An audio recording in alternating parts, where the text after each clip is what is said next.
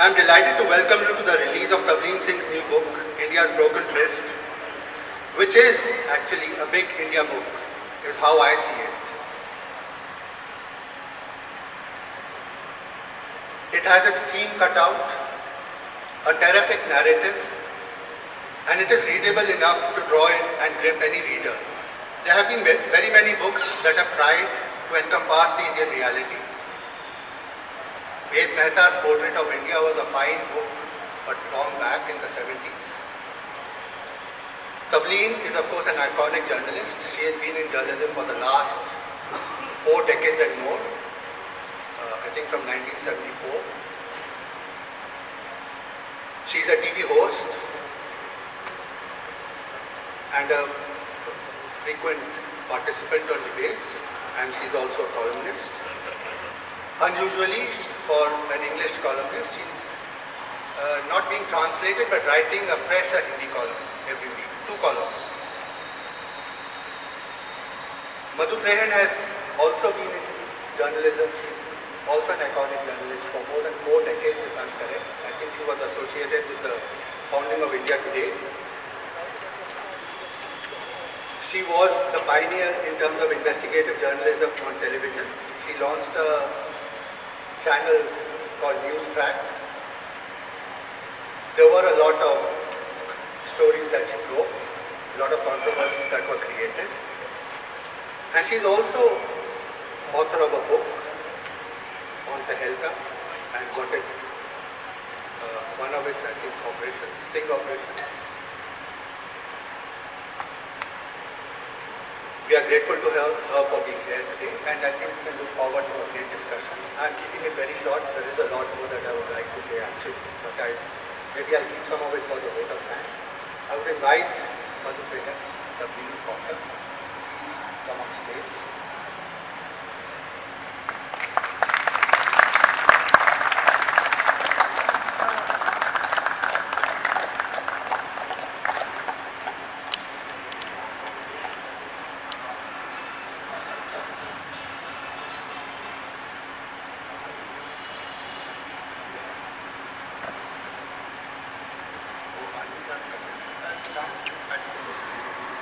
Is really, I think, a follow-on from Darbar. It almost picks up where you left off over there and ends, of course, with Narendra Modi coming into power. You wrote a lot in Darbar about the Gandhi family, Indira, Sonia and Rahul. In this too, you examined Sonia Gandhi's tenure as Congress President with Prime Minister Manmohan Singh. Do you think, do you believe that Sonia Gandhi, in the last 2 tenures that the Congress Party had, the UPA had, do you think that she just simply blindly followed Indira Gandhi's blueprint? No, I don't believe that. But for a start, I want to begin by saying that what the book really is about, in my view, is it's an attempt to show that the Indian state has become the enemy of the people of India. And all the anecdotes in the book, all the stories, all the chapters, are to show how that happened. That whether it's a rich person or a poor person, you've got democracy in name, but because of governance remaining colonial, and because of this great Indian invention called hereditary democracy, you know, where every political party belongs to, is like a kind of an heirloom to be passed on to an heir. I believe that democracy has been very weakened, you know. And well, you've written about that it is far more dangerous than having a totalitarian state, than to have a democracy which actually pushes feudal ideas of feudal ways of functioning, and it is far more difficult to fight that because, in fact, as we have seen in the past, that there are policies in place, such as commissions, law in fact, legislation such as commissions of inquiry. As we know, they are put in basically to put something to bed and never be examined. You've written about how This has affected all kinds of people, politicians as well as journalists. And we were discussing before we started this how the government goes after people who are not positive. Now, jumping, since you brought this up... But I'll answer your question about, I'm considered what they call a Sonia Bater. Right? And life, when you're making policies, it's true before she became Prime Minister de facto, I objected to a foreigner ruling India because I think that Indians already with colonial experience have a very small idea of themselves, and they tend to kowtow to white-skinned foreigners. My brother-in-law sitting with, except him. But anyway, no, seriously, they do. So I actually thought it would be a very bad idea for her to have, to be in politics, and I objected to that. Once she got elected, I criticized her policies. You know, as well as I do, that in the 10 years of the UPA 1 and 2, she was Prime Minister. But the media never wrote about this. So all the criticism was of Manmohan Singh and, ministers, never heard. Now you write a column for the Indian Express, and you've written in your book that there was pressure put on Shekhar Gupta, who was the editor at that time, and he told you after he resigned from the Indian Express, that pressure was put on him to remove your column. Now, my question is that the present government has created a cell, as has been reported, of a staff of 250 people who look at all that we write, or we do what we do on television or the internet, and we are stamped as positive, negative, or neutral journalists. So the question is that it really doesn't matter who's in power, because we are always being stamped in some way or the other. So today, your column is not being requested, nobody's requested to remove your column. But there may be other people who are anti-BJP or who are seen as anti-BJP. The same thing happens to them. Has anyone lost a column? I don't know about this cell. This is the first I've heard of it. It was reported in the Indian Express. Okay. Well, it must be true if it was in the Indian Express. It must be true then, but I don't know anything about it. Whoever does it, it's wrong, because you cannot do what she tried to do with me, and not only to me. I mean, Ajit, she virtually, out of vindictiveness. Let's talk about Lavasa. All right, okay, let's talk about Lavasa. Ajit, who's a madman. I mean, if he'd asked me, I would have told him never try to do something good in India, because you will get ruined. If you go along quietly and build a few small things, that's fine, build a bridge or two. Because he's a lunatic, he decided that he would build a city to become a model of sustainable development. Right? You can walk in that city, all the water is reused. He went to a very arid part of the Sahyadris, planted 600,000 trees, the whole works. And suddenly gets a notice saying the whole city had to be demolished. That was the first notice. Now this was vindictive of Sonia because you believe that she was after Sharad Pawar, who was involved in... We don't know. Nobody knows why she did it. But when they couldn't get him on environmental grounds, because there was no environmental violation, they then said, oh, there's jurisdictional grounds. And the jurisdiction was that you couldn't build, the Maharashtra government was allowed permission to for the city to be under 800, I forgot what it is, 800 meters or something. And the only thing that was above that was an arch that covers the road that led to the city, right? On that grounds alone, the project was closed for 2 years. Now, where is it at now? Well, you can ask him we can ask him afterwards. But he's got to refinance it. But when you close down a major project, and she did this, the reason why the economy tanked in the last 3 years of her rule was because it wasn't not the only thing she closed. In the case of Vedanta and Orissa, now maybe she hates Naveen Patnaik, we don't know what she did that for. But the fact of the matter is that had Anil Agarwal been allowed to go ahead and start operating the Lanjigarh refinery for bauxite, the price of aluminium in the world, aluminium is a very friendly, as you know, environmentally friendly material. The price of aluminium in the world would have gone down by half. So, I mean, when I criticize her, to come back to the Sonia baiting charge. There is something slightly personal, right? I mean, you Well, would be you know, angry with if her. she did that to you, wouldn't yes. you feel personal? Yeah. I mean, you know, But- she just closed down Medanta, right? Let's not get too Because she, personal here. because she didn't like something you'd written. Huh? So I have reason to be personal. So when you write your column, you have been criticized for not giving full disclosure when you're criticizing her because of Lavasa having been Ajit Gulabchand being harassed because of that, maybe because of you, maybe because of Sharad Pawar. And it has been commented on that every time you write about Lavasa, you should give full disclosure. I've only written twice, ever. And the reason why I wrote was I was really hoping that other people would go there and write. I was hoping environmental journalists would go there and see what had been done for the environment. And when that didn't happen, and I felt really bad about what had been done, I've written 1 or 2 pieces, that's it. Now, your interview with Narendra Modi, the first one, when you went to interview him, it was cut short. He asked you to leave without a single question being asked. You didn't ask him, you didn't give him an opportunity to ask a single question. Because he was very upset with you for believing that he was responsible for 2002. He said one thing to you, I believe, that how could you have known me since I was a humble worker in the BJP. How could you believe that I was capable of such a thing? What was your response to him then? He shut the door. I didn't have a chance to respond. I was not inside when he said this. He was sitting at his desk like this, and he saw me. He'd actually given me an appointment.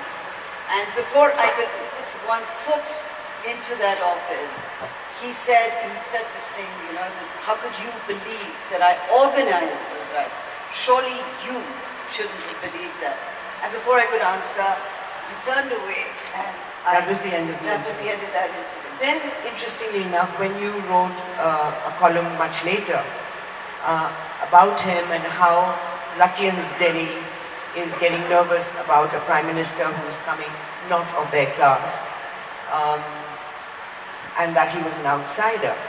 And that's why Lutyens Delhi was nervous about this outsider coming in who did not come from the right background, or according to them, the right Chaiwan. background. Then he called you for an interview.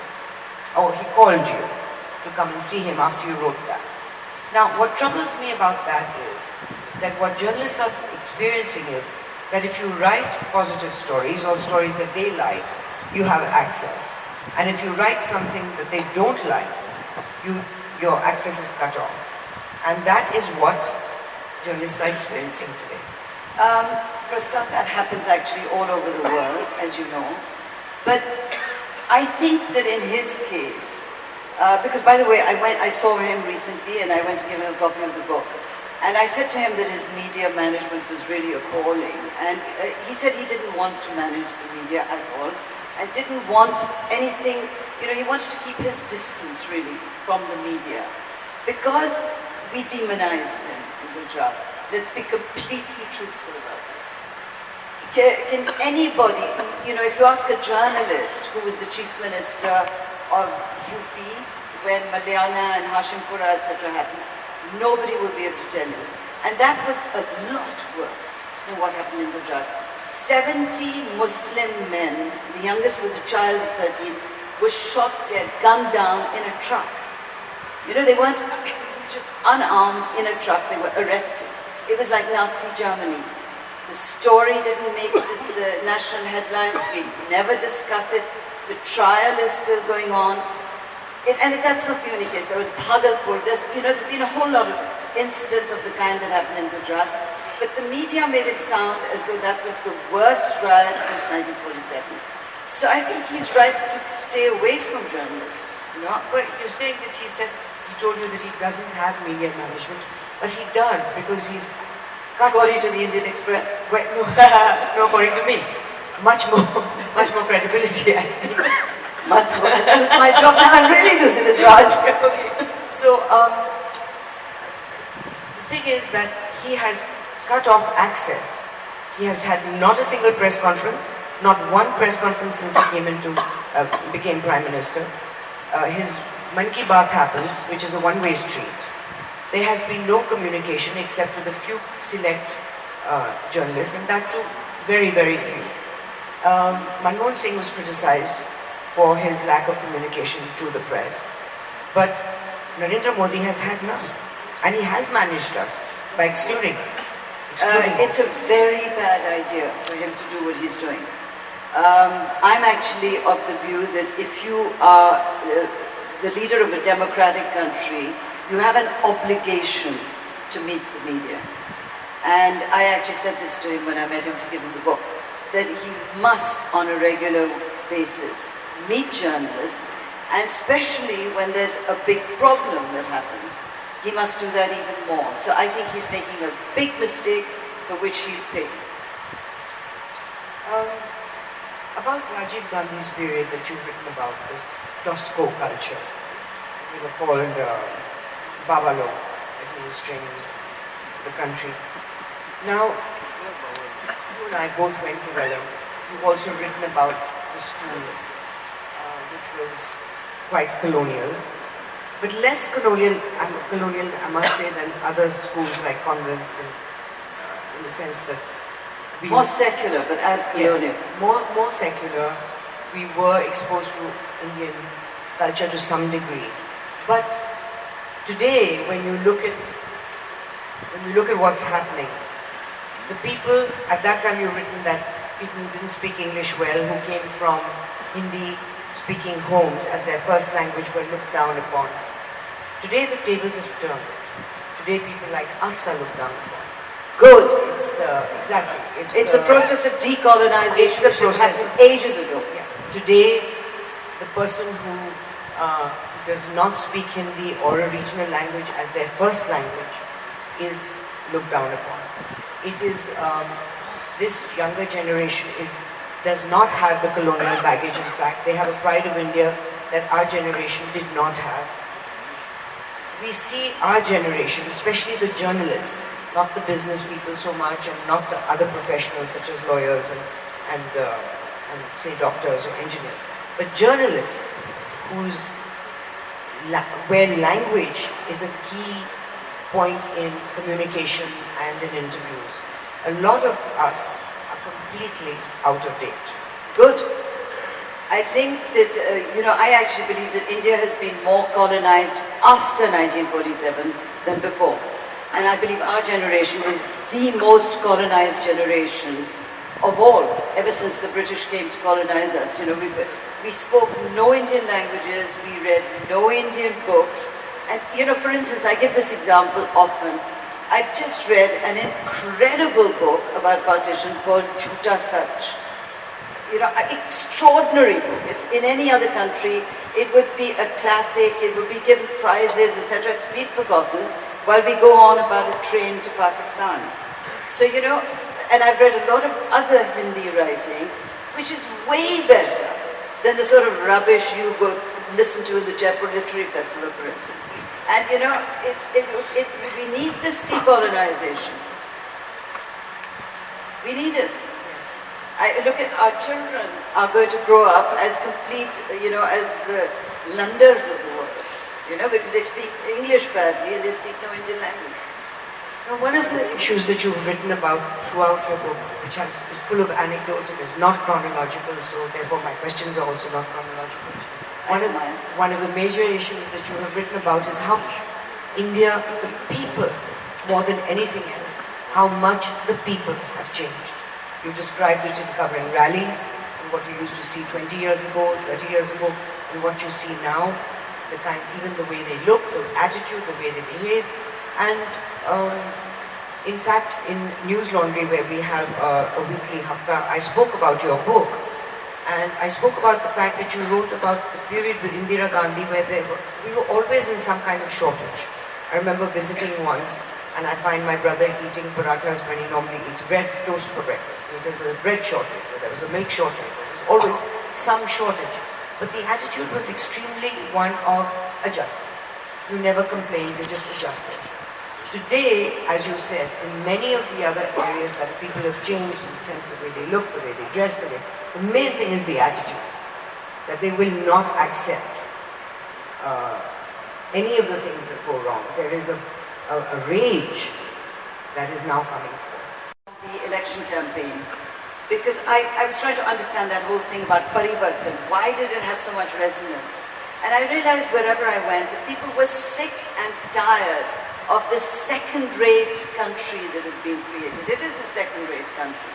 And it should be first-rate, it can be first-rate, but it isn't, and it's a long way to go before we can rectify it.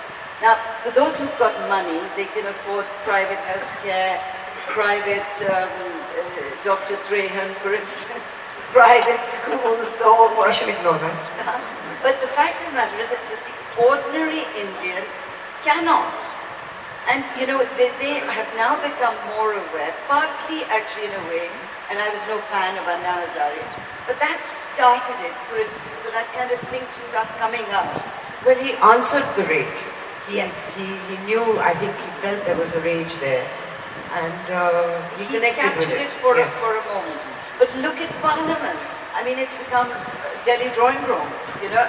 It's somebody's son and someone's daughter, and you know, oh, my cousin wants to have, that's how it's working. And it's wrong, it shouldn't happen. Otherwise, you know, bring the princes back. They build beautiful buildings, they have, you know. On December 16th, the people in Delhi were out on the streets, there was no leader. There was rage without a leader.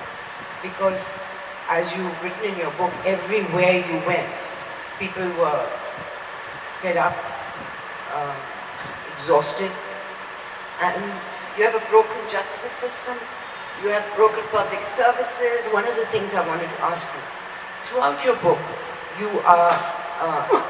lead almost, as many of us do, journalists, a schizophrenic life. That you're living in wealth and then you're constantly involved with people in the bastis, in all their personal problems. You're going back and forth between this, as well as, I'm not going to talk about the reporting in rural areas. But basically what you have been exposed to in living in Mumbai, where, as you tell the story of how you became friends with a lot of the people living in a basti nearby. That is the most despairing, and the most despairing part of your book is the way you ended it. You say there's no hope in this country. I didn't mean to end it that hopelessly, because I really hope that there is hope.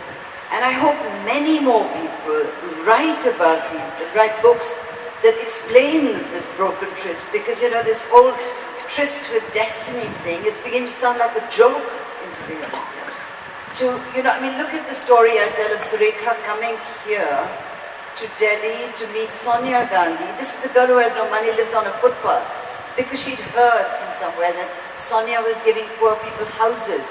Now, how sad is that? That we have cities in which there isn't affordable houses, and in Lutyens, Delhi, you have MPs living like kings. You've written also about this almost as a cautionary note to Narendra Modi on the revivalist of Hindutva. What do you think about the revivalist nationalism that has become an issue in the last couple of months?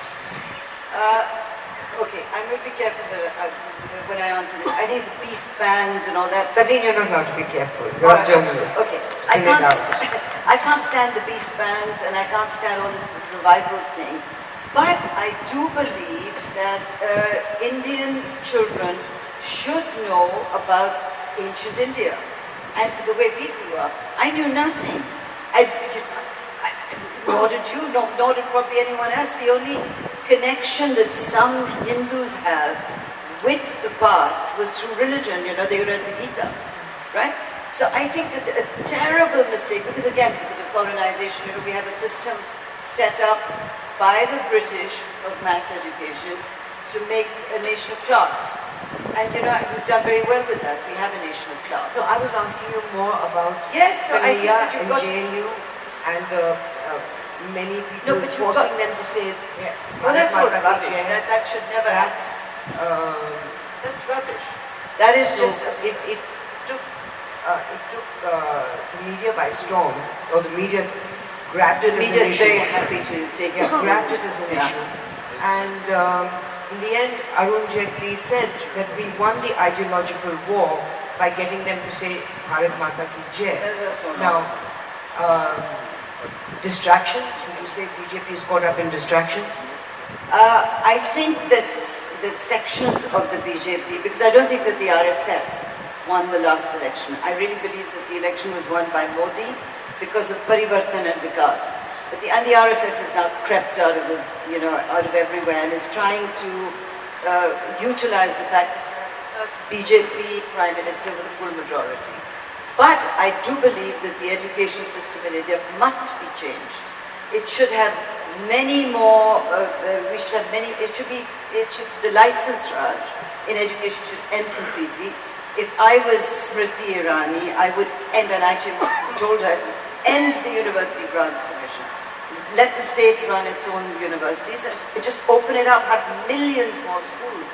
And so that there are two things. And that touches a sentence that you reported in your book when a bunch of businessmen went to Jawaharlal Nehru and said that your policies are such that we can't make any profit. And he said, I consider profit a dirty word.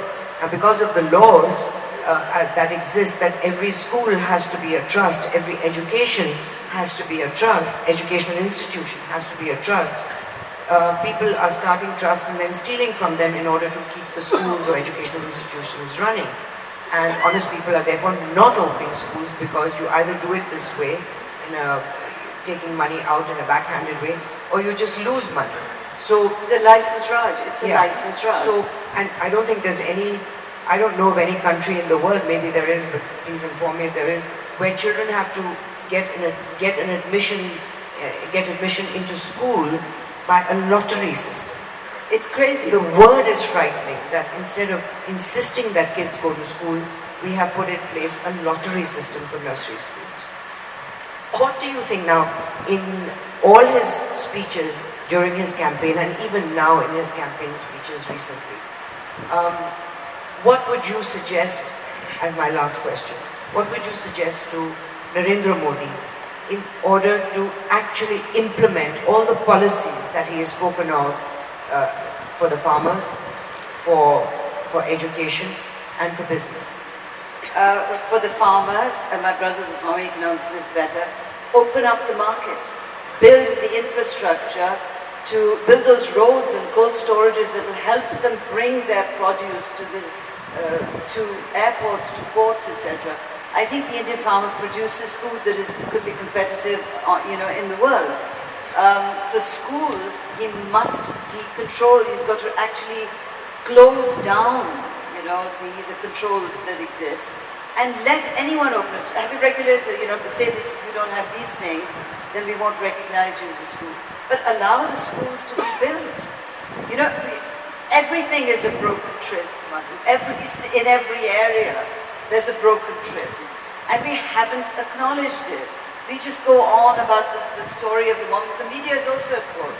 It's the last hysteric, the last sensational thing. But what really needs to be reported is how bad this country looks after 67 years. And I'm hoping that people, when they read this book, will see that I'm absolutely sincere when I say that it is a broken tryst and it must be fixed as soon as possible. Also, while reading your book, one of the things that I felt when I read it was that what is missing in your column is an opinion, but you have great reportage in it. And when a reader would be missing, they wouldn't know that you're doing all this, because you come back with an opinion. But all that is in your book is basic reportage, which it does not come out in your column. And I think you should start reporting again. I have 800 words. But I think that when you go into, say, Banaras, and I read your report on Banaras, I would have rather read it as a report than as your weekly column as an opinion. I would rather do it that way. I'm basically a reporter.